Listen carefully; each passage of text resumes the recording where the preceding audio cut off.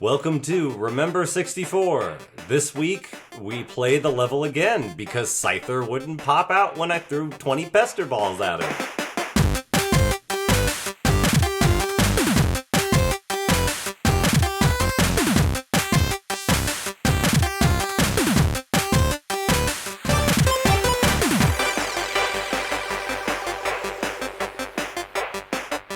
Hi there, everyone. This is Luigi, and you have shown up on level 12-2. That's right, this is the first level that has a second stage to it.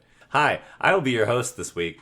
David is on vacation. It's his turn to be on vacation, and he's playing N64 by a large body of water, and I am going to talk about more Pokemon Snap with you. But this week, I also have an old friend who has been on a different podcast of mine, but not like every week, like Michael and David. Hi, Adam. Say hi to everybody.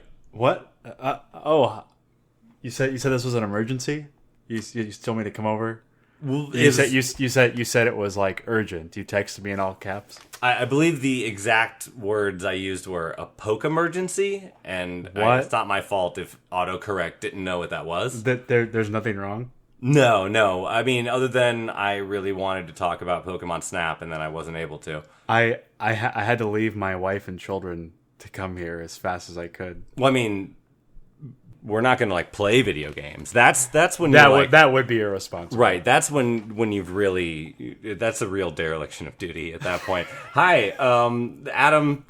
Tell everyone about the Nintendo 64. Well, the Nintendo 64 is the greatest console that has ever existed. Okay. In my professional opinion. Okay. Professional. You do get paid to say these things. Well, no. Okay. Okay. No. But I would like to think that I have played a professional amount of the N64 in my life. Okay. Someone should pay me because I would have a lot of money if I was paid for my time for your in the N64. Just as like a consultant, Yeah. for the homebrew scene, Right, maybe. right. We'll see who can get. We'll get someone. So there's got to be like 12 Discord servers out there that just need someone just like you. Yeah, I would love that if someone could hook me up with that. To find a way to pay you for the N64 knowledge you've accumulated. Adam and I go way, very way back. When did you first time guest question? What are your first experiences with the N64? Playing it or owning it? Well, my first experience with the N64, I remember it like it was yesterday. Oh, yeah? I do. Thank you. I was going to do it if you didn't. Okay. The doodle helped. I was 8 years old. Mm. It was my birthday. It was. It was evening. I thought the day was over. It had been a good day. That's right. That if it's your birthday, then that means it's... Oh, my goodness. It's my birthday, too. That's right. It was our birthday. It was our birthdays. It was. Okay. It was. Okay. It was our birthday. Mm. It had been a good day. Mm-hmm. I walked upstairs, and I was going to bed, and to my shock, there was an N64 plugged into a new TV in my room. Oh, yes, Old Faithful. Yes, it was a good TV. I wonder where that TV is today sometimes, but... I still hear him at night. It might be the same one I'm watching on eBay. Maybe we'll be reunited. One day. Anyway, Mario's face was up on the Mario 64, pull his face screen, and played a little Mario 64, and I had been playing it ever since. It's a good game. It was. I like that game. I like that game a lot. Yeah. I still play it.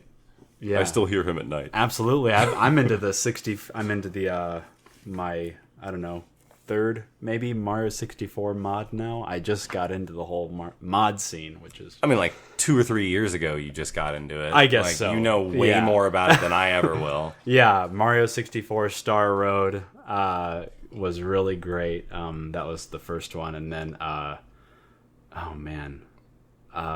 It's been a while. I had to. What's that? I can't remember the ones I played. Yeah. I played some mods. Yeah. I definitely. I will. I need to check those out. Smash Remix just came out with a new update for. I don't know if anyone knows. If you do not know, if you like the 64 and you like Super Smash Brothers and you don't know what Smash Remix is, do yourself a favor and look up Smash Remix. It's very very Melee-esque. But on the 64, like they're bringing in newer characters and stuff. Yeah, like, they're bringing in the new characters into the 64. There's limited move sets like in the old game, but it's too much to try to sum up. But the amount of stages, the care they have put into the game, Mad Piano is in it from Mario 64. The haunted piano. You can be the haunted piano. I want that moveset now. And also just, perfect N64 Smash Kirby moves. So, yeah. Absolutely. S tier Kirby is available. So that's always good. Yeah, I'm into the Mario Kart mods and I don't know. Anyway, Diddy Kong Racing stuff. Yeah. GoldenEye mods. Yeah. Yeah. We'll have to get into mods on here at some point. Yeah, that's not really what this is about. No. I like the N64. That's what I'm trying to say.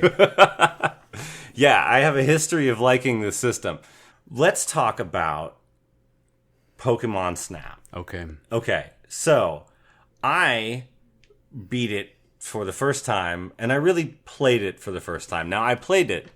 I'm setting it up this way to say I've not played much Pokemon Snap. The only time I believe I have ever played Pokemon Snap was when you were playing Pokemon Snap. And it's another instance of the eclipse that is Ocarina of Time in my childhood. Okay. Of that looks cool. I'm never gonna play this game. I like the Banjo-Kazooie as well. Games that Paper Mario, games that you absolutely love to death. I just was like, oh yeah, that's a game. Yeah, so you played Pokemon Snap up in my room? Yeah, and I think I probably would have played the beach level or maybe even the second level. Okay. But you were playing it, and everything I think I know about that game came from however many afternoons I watched you play it. Okay. And so I was able to beat it, mostly sharing information back and forth with David, because we were streaming together, but noticing things to be like, I know there are ways to activate chain reactions, so to speak, so that later in a level something will happen because I did something early on. And I only know that from listening to you tell me how the game worked. Yeah. And so, how much did you play this game? I don't really remember. Pokemon Snap was one of the games I remember all the freedom my parents gave me with putting the TV up in my room, and just saying, hey, don't play this when you're not supposed to. Yeah. Pokemon Snap was one of the games that I really remember that not working out that way, and me kind of taking license. Again, well, I'm sorry, Mom and Dad, if you're listening to this. I love you, and but you were developing, photography skills. I was, yeah. Thank you. An aesthetic eye, really. Yeah. Framing. A lot of getting as close to your subject as humanly possible. Yes. And keeping it in the middle of the frame. Absolutely. So, I remember. Okay, I remember once playing. I was playing Pokemon Snap so much that I had played it I started playing it after I was supposed to go to bed, and I was playing it all through the night and I remember being interrupted on the the power plant level. Okay, yeah. And I was trying to get a picture of Electabuzz, and doing I remember my something dad just right, or whatever. Yeah, and you've done this 3 times. Yeah, and you can't just do it again. You've got to play the whole level again and try to get. Here's the little boost pad. But, And Okay. Anyway, and I played it until I Enter remember my Ron. dad, had to get up for work. Oh, yeah. And he was like coming up the stairs because he had another room to like across from my room where he kind of kept some of his stuff for work. And because he I remember having got to up like soups early. Yeah, he did. Yeah. He did. I mean, I was, don't get me wrong, I was up late and I'd been playing for a long time. That's but why yeah. I was like, ooh. Yeah. So anyway, I played it a lot. I played it when I should have been sleeping, and I didn't sleep. So I didn't sleep as much as I played it. So that's how much I played the game. Okay. But it was a while ago. Cause That's the long answer. Yeah, because like as a game, it seems infinite. Okay. You know, because like there's just Pokemon running around, and like as a kid, it seems infinite. Like Yes. if there are any number of weird things that could be hidden anywhere. Yes. And I think that that really is a lot of what the entirety of the 64 era was. Anything could be anywhere. Absolutely. We're out of 2D now. Like, where is it? Yes. Like, where's Luigi? Where's the Triforce?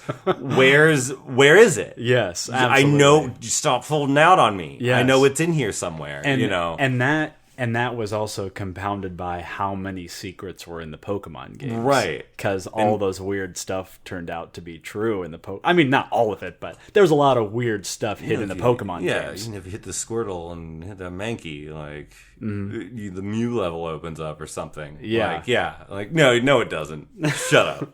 That's the dumbest thing I've ever heard. It's like you can beat the Running Man. Oh yeah, whatever. Yeah, no, that's real actually. Yeah. Hi. Yeah. So, it was fulfilling at least my wish, me and my friends' wishes for Pokemon to be real. Yeah. You wanted to be in 3-dimensional space with Pokemon walking around. We all just wish Pokemon were actual. You wanted to be Todd Snap, you know? Yeah. And the game was giving you that. Yeah, I mean, and yeah, maybe that is the closest we ever got until like Pokemon Go. Yeah, probably so. Because you're not really capturing them. You're not doing anything more than like messing with them and sort of interacting with them or getting them to like move down the river a little bit or something like that. But so because that is usually my answer for if a video game universe could be real, which franchise, which series would you want? It's like Pokemon. Oh, absolutely. Like hands down. Yeah. Like it's not my favorite video game of all time. I like RPGs and stuff, but like, are you kidding? Yeah. Absolutely. Yeah. I think the popularity of Pokemon that we experienced, I would say, is still alive and well today. Yeah. I mean, we don't have to explain how popular Pokemon was. I guess we experienced. I don't know. Are most of the listeners of the show like? Are they kind of in our? I don't know. I guess I think I assume that like people all have the same life experience as me, but who knows who's out there listening? I mean, Pokemon is almost universal. Yeah. You know, and it is like best experienced in elementary, middle school environment where you are surrounded by other kids who have Game Boys and are ready to throw down or trade or, you know, do whatever. Like, and so it's almost like a very formative experience that a lot of people have had. I think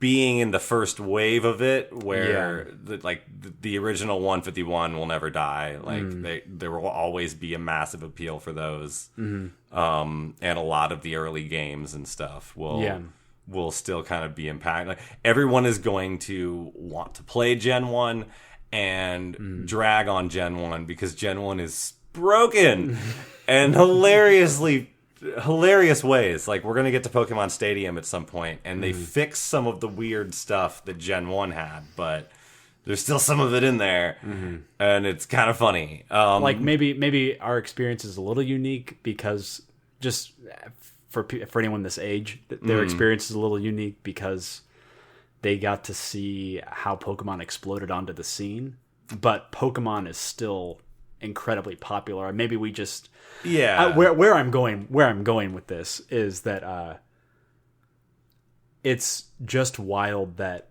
Pokemon was so popular that they made a game where all you do is look at them.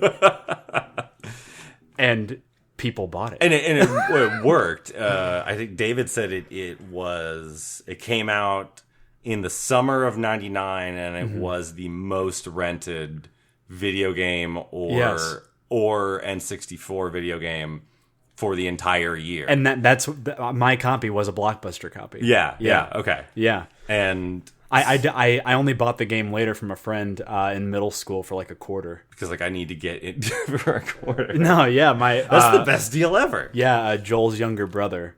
I bought it from him for a quarter. He didn't want it anymore. Yeah, that's a pretty sweet deal. Yeah. All right. I don't know if I can top that one. Yeah, and I don't know. Like, it was just an immediate thing too, where, like, even with like Stadium, I never really experienced, but like, oh yeah, that I saw the appeal. Like, just bring your team over here and fight on your TV. Yeah, and you can see the moves. Yeah. And with Snap, same thing. They're in color in 3D, and oh my gosh, and they're doing cool stuff. Yeah. And like, and with Snap, where like immediately I see the appeal, because especially with the puzzle box nature of it, there's just so many things to try and figure out.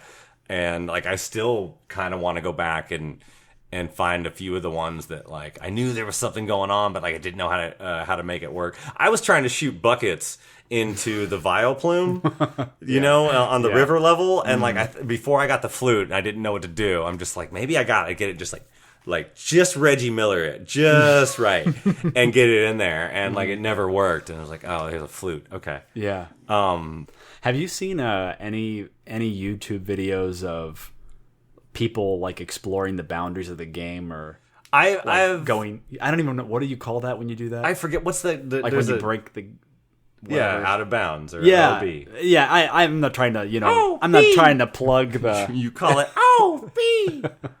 I'm not trying to plug any YouTube channel or whatever. But I'm trying to remember the out of bounds guy too. But there's a guy who does that, and for the Pokemon Snap episode, he had a lot of interesting things. But what's out there? But the Professor Oak guy, voice actor, he like narrated part of that episode. If my memory serves me, yeah.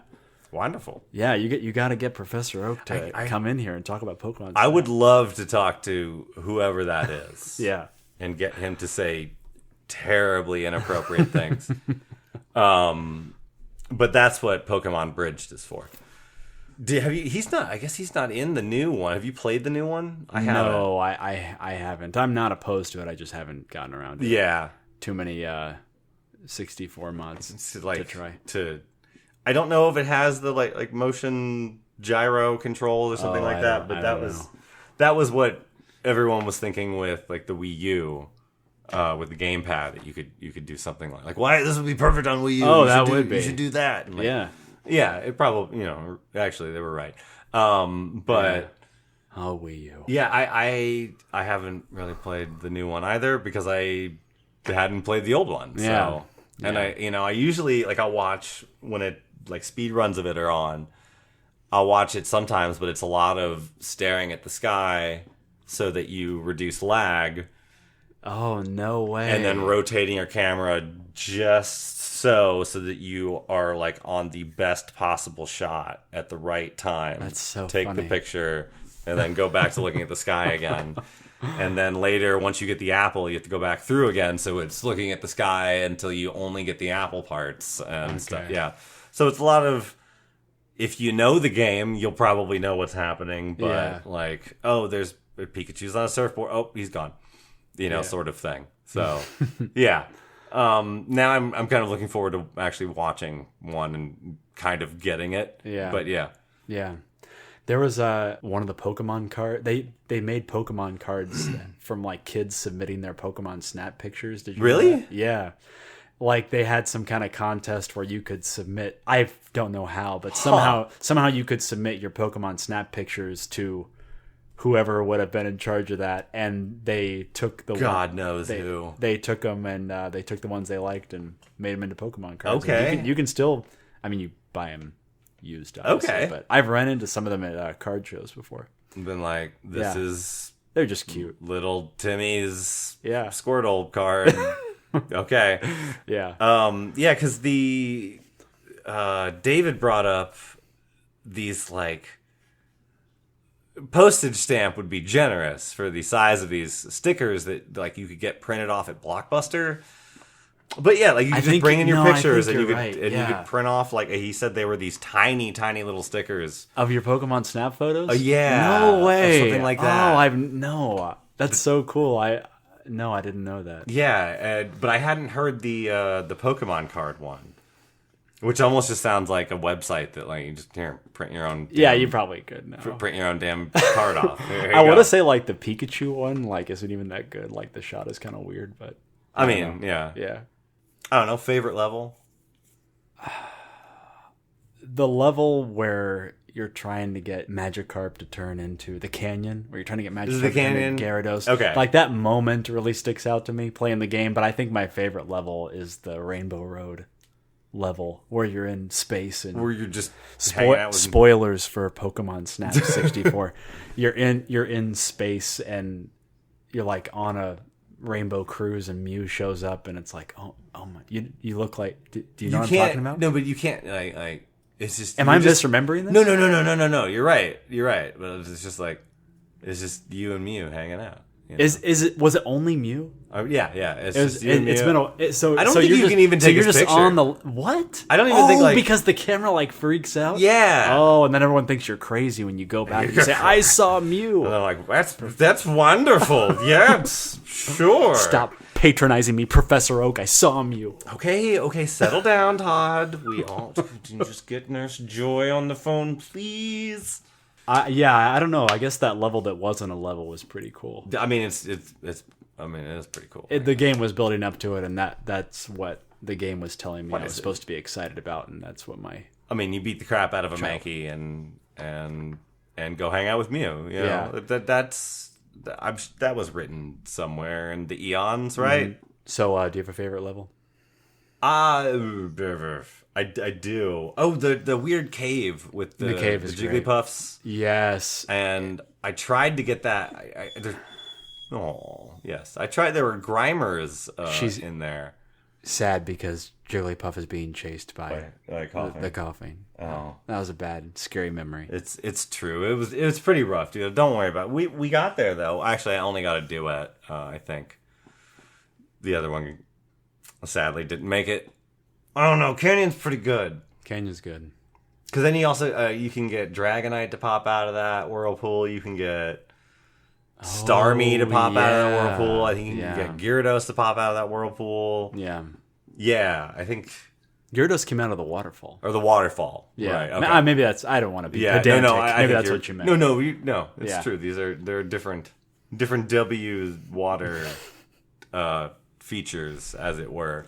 So there's the canyon and the volcano and the... Oh, yeah. And the... What are the other Volcano's ones? got Moltres. What's the first... Sorry, no. The first one's the beach, and then there's... Oh, with the Lapras? Yeah, that's got a bunch of Lapras in the corner. What's the second one? Another great N64 mod for someone to play would be the Banjo-Kazooie mod where you go into the Pokemon Snap Beach. Anyway, that's an aside. Okay. Go ahead. What do you do there? I don't know. I've never played that one. It's just on my list of things I'm never going to do in my life that I don't have time for. You just run around as Banjo and Kazooie? You run around as Banjo and Kazooie, and you get your nostalgia fix, and then you turn the game off. Oh, good. Yeah. Good.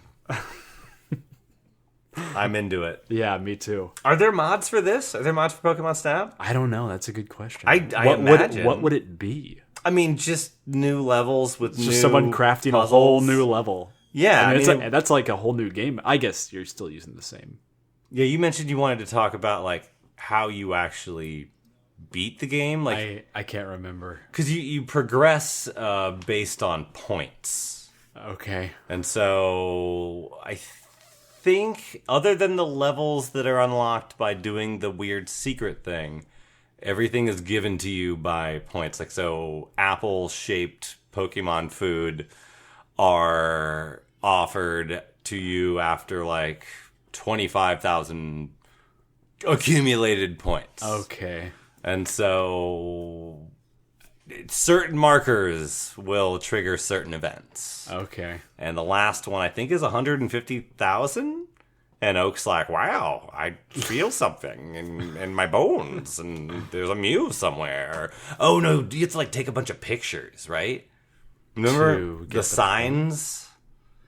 There are natural features. I remember colorful pretend animals running around. Right, yeah, That's all I remember. Well, there are natural features, like in the mountain, that look like a giant Doug trio, or one of them was a tree that I don't remember. I don't know what it was, like a Marowak maybe. Okay. It was awkward, but each level has a secret Pokemon thing, that's cool. Naturally occurring structure or something. Okay. Or the one in the power plant whatever area is like it'll light up or it'll light up this projector or something, which will cast a shadow that looks like, I remember that. something like that. Yeah. And once you've gathered all of those, then you can unlock the secret final area or something. Okay. And Oak's like, dude, check this out. And then you go through there, and then no one believes you, and you spend the rest of your life in an asylum. Yeah. Wow, that really has a dark ending there. Yeah, it's rough. Pokemon, Don't make them like they used to. Yeah, no, video games. No, are they going to say video game protagonists? Yeah, no, he got to be stronger than old Todd Snap, apparently. That's right. Yeah, at what point do the Pokemon take over humanity and the island, really, I guess? We'll start with the island, since this is Pokemon Snap. Like, do we have any agency here, or are they just kind of letting us live amongst them and take their picture in their weird vroom vroom car? Mm-hmm.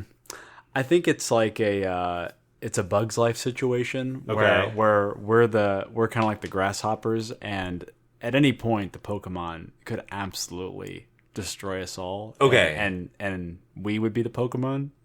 But what if they capture? But they don't. They don't realize that yet. So they're not in on it. This isn't post climax of Bug's Life. Yeah, this is pre-climax. Yeah, of Bug's Life. This is they don't realize the power they have, right? And so that's kind of how I see it. So we're personally. the bourgeoisie. Yeah, absolutely. Okay, I see. If and when they realize that, will they just take pictures of us, or will we be forced to fight in arenas against other human beings with like double slap, basically being our only move? I'm trying to figure out which one would have more dignity. Right. Does it depend on the Pokemon, I guess, or are they one? Do they have a hive mind? I don't think. Not I don't necessarily think a hive mind. I was just gonna say one. They vote. I don't know. they're all down with the cause. They all are one in their vision. They put in their apple-shaped Pokemon food in as like union dues or something. I don't know. Yeah. So, but I'm just afraid that like we'll be forced to fight in arenas at some point. Really, is all it is. Is Todd the only one who's in danger here? Because if so, then I can give up Todd.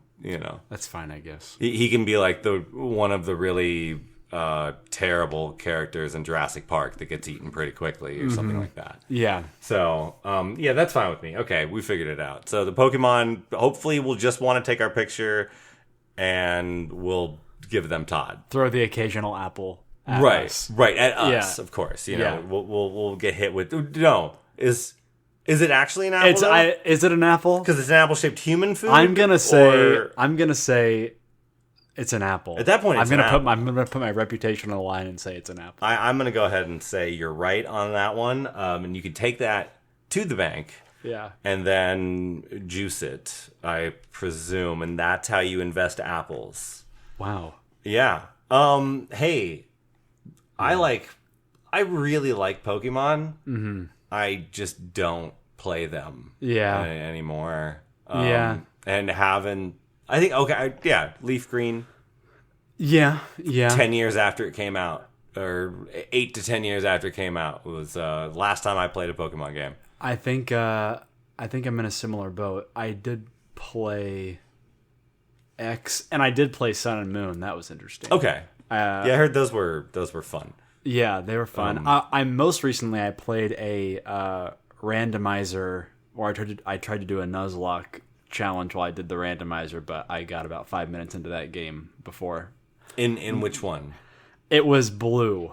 I think. Okay. I tried to do a Gen 1 randomizer Nuzlocke. There's a lot you need to know with Gen 1. I was laughing at its absurdity earlier, but like there's just so many dumb things that secret tricks that you can abuse in that game. Yeah. I want to do a randomizer Pokemon Stadium challenge. Oh. Because you could pick just any team you wanted and then face a gauntlet of a red and blue story gauntlet. Yes. You know, you fight a bunch of different trainers. And a co-host of mine on a different show did that with one of his friends, and I was like, "That's pretty good. I kind of want to do that." That would be fun. Yeah, and that's 64 based. So, you know. Have you heard of? I think it's Kaizo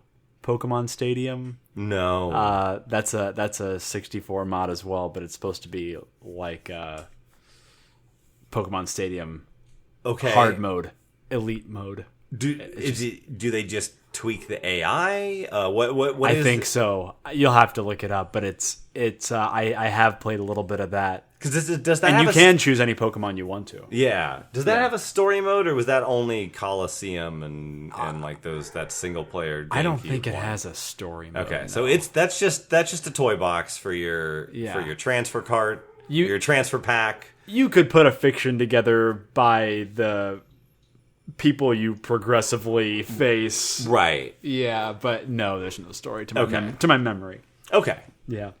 I want to play some more of that. Yeah, I guess I've really played more of the ancillary or not ancillary, tertiary, I guess, Pokemon games, but not actually like a tried and true entry in a long time. So, Luigi, I need to ask you a serious question. Shoot. You played Pokemon Snap recently. Do you remember seeing Porygon anywhere? Yes. Porygon is in Pokemon Snap? Yes. Is he? Yes. Where? On the walls. He is? Yes. Oh, okay. You're okay, so I see what you're doing here. You're trying to get like this Porygon isn't getting enough love, and you're like the what is it? The Temple of the Unknown God, and you're just like, it's Porygon. Here he is. Everybody needs to look at my beautiful boy Porygon. Absolutely. Okay. Our cause is just, and You need to, Porygon did nothing wrong, and we need to free Porygon. He opens one of the other levels. You have to hit him to like open a You a do? level. Yeah. Oh my goodness. I think he blends in with the wall, and it's just this weird thing moving around, and it's like the same texture as the wall, but like not, but like you know. And if you hit it with a pester ball, like Porygon pops out, and it's like whatever. And you take pictures of Best Boy, and one of them opens a special up a level. boy. Yeah. Oh my goodness. How can you stay mad at him? You just can't. You know, he wiggles his waggles, and there he is. Look, Game Freak, Nintendo, I understand. I get that, things happen, but we've got to forgive. We've got to have some grace. Even though it wasn't Porygon's fault, it was Pikachu's fault. I mean, I was there. If you roll the tape back, I saw it. It was Pikachu's fault. Just dead to rights. Like, he's a rat. We all know it. And I, for one, I think Porygon should be the face of the franchise. Thank you. As recompense. At least for 6 months. For the jockstrap incident. Wait, what? What? Wait, what incident are you talking about? What videotape are you talking about? I'm referring to a certain episode of the Pokemon animated series. Oh, okay. Are you referring to some other tape? I'm talking about the Christmas party from like 99. Oh, goodness. That it got out of hand. And Porygon's really taken the heat for that. We've all done things. Is this the infamous flashy light episode? Yeah, this is linked to that. So this is why I don't think I saw that episode during its run. I don't think anyone did. Okay, because that happened in Japan. Japanese kids did. Yeah, but okay. So what happened? Should I tell the story? Oh gosh, I didn't know I was going to be doing this. Okay, yeah. Summarize the infamous, maybe the most famous episode of the Pokemon cartoon. Okay, I'm gonna tell the story in reverse. Okay, like a good Seinfeld episode. That's right. Thank you. A bunch of kids had seizures because of terrible flashing red and blue images on a certain episode of the Pokemon animated series. Okay. These flashing images were the result of an attack that Pikachu did while in cyberspace to ward off Team Rocket. Oh, of course. All while because they were like in an aimbot. Or something. yeah, they were trying to log on to America Online. Yeah, right. And, and steal our minutes. Yes, and yeah. Team Rocket trying to steal the minutes for America Online. And Porygon did nothing but help. Right. The entire episode. Saved the day. Right. Delivered Pikachu and his friends. Ash and our heroes. With the most sunny disposition. Yes. That a digital Pokemon could ever have. Not a negative word to say the entire time. Literally carrying the team. Right. And Pikachu. At the end, yes. Pikachu did this attack. These red and blue lights flash. All these kids have to be hospitalized. And, I don't know if it was all these kids. Well, there were children. It might have been blown up propaganda. At that point. There were children. Children were negatively affected. And who took the fall? Was it Pikachu? It should have been. What was there any due process? No. There's no justice in this world. Porygon took the fall. Porygon deserves justice. He does. Yeah. # free Porygon. I agree. Thank you. Yeah, I mean, we didn't... And he has been barred. He has been locked out. From children's birthday parties. Kicked out of the family. Yeah. From the Pokemon franchises. I can't make excuses for this because in Japan, they also were enormous love for Pikachu, so... Yeah. Yeah, no, yeah.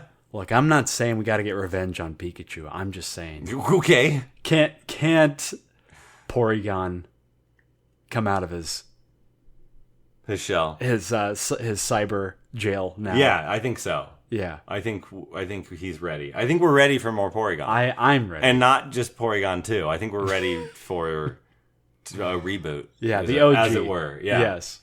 Adam, thanks for talking to me about Pokemon Snap only Pokemon Snap. Absolutely, buddy. Happy to be here. Adam, where can they find you? Plug your shows. Leave me alone. They can find me on my Zanga page. Oh, yeah. Mr. Ordinary, I think, is my profile name on Zanga. Okay. Yeah. Yeah, hit me up on Zanga. Okay. You can find me on RuneScape. Ooh. That's a good one. That's where I do all of my networking, all of my social media stuff. I do it through my RuneScape avatar. It's our generation's LinkedIn. Absolutely. Yeah. I've found so many opportunities and jobs through RuneScape. Yeah. Like kill 10 fire chickens. Right. Right. But, there's going to be some real world fire jobs, chickens. Some IRL opportunities real soon. Okay. So just, I mean, but you can get 10 gold pieces for killing those chickens. Yeah, I know. I know, but I'm just saying, if someone wants to offer me a real job over RuneScape, I'm there. Okay. Yeah. I'm saying this gold's got to be worth something. I don't know. I hear that there is millions of dollars being destroyed in EVE Online every day. Wow. So get in there. Get in. See ya, space trucker. Hey, oh wow, those kids, they don't seem to know each other at all. And that was great. Hey, everyone, thanks so much for listening. If you were someone named David and you were just on vacation and are back, what would you say to the listeners of Remember 64? First, I would say hello and Hi, thank David. you. Hello.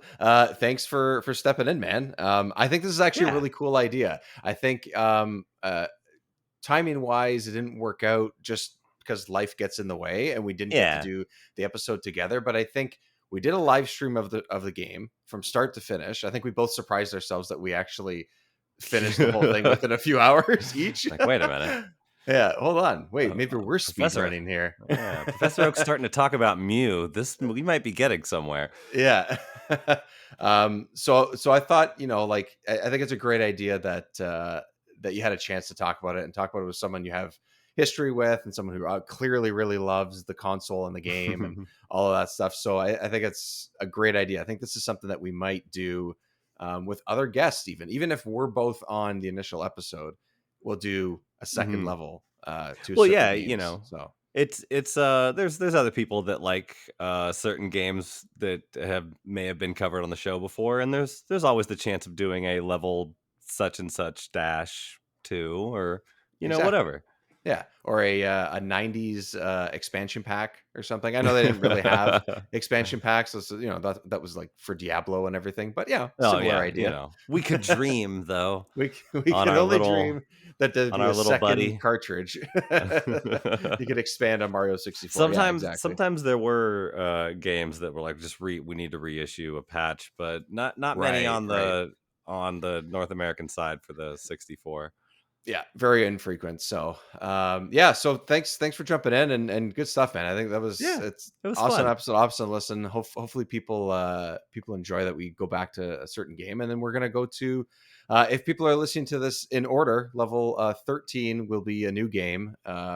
We'll tease ahead just a touch. I think I don't want to date things a little bit, but we're heading back to sports, so we're gonna do some sportsing. And we'll see what happens from there. But if you want to help us narrow down our list after 13, patreon.com/remember64show is the place to go. Not only can you help us sort of narrow down our list for what's coming up in the next month or two, I would say, but you also get all these episodes early, at least a few days early. We usually record earlier in the week. These come out typically on Wednesdays, and you'll probably get them Sundays, Mondays at the latest. So you get a little bit of a bonus there, but as little as $1 a month, you can do that. So that is how you get that done. And there's nothing better than forcing your favorite podcast hosts to play a crappy game if you want to. So exactly. It's just one of life's few joys. Yeah, for the most part, we dodged that bullet. I started off doing the first few episodes. If you see them on the podcast list, if you haven't listened to them yet, they're the big hitters, right? And we're going to get into things that are not big hitters pretty soon. I mean, it's going to happen. We thought it would happen with Mission Impossible 64, and that ended up being a diamond in the rough. That was great. That was a really, really good surprise. Tease ahead to level 13. I will be talking about on level 13 finishing that game because I said I would, and I did, but we haven't talked about it yet on the podcast. So I will talk about the last couple levels that I ended up hitting. Okay. Cool. I'm excited. I was pleasantly surprised enough that I was definitely going to finish this game, and I did. All right. And then as well, across social media at Remember64 Show, Twitter where the cool kids are, and TikTok is where the cooler kids are, I guess. Sure. Let's go with that. That's what I've heard through my ears that have hair in them. Exactly. Yeah, I have quite a bit too. So it's not quite clear, but every once in a while I get a little notification on my phone that says some people like the stuff that's been posted. They pick up radio waves sometimes, It's just this kind of friction thing. Yeah, so that's it. That's where you can find all our stuff. And again, man, I just want to say thanks and good stuff. That was fun to listen to. Yeah. Hey, hope everyone enjoyed it. So, hey, remember, stay pixelated, everybody. What do we always say? Stay pixelated, my friends.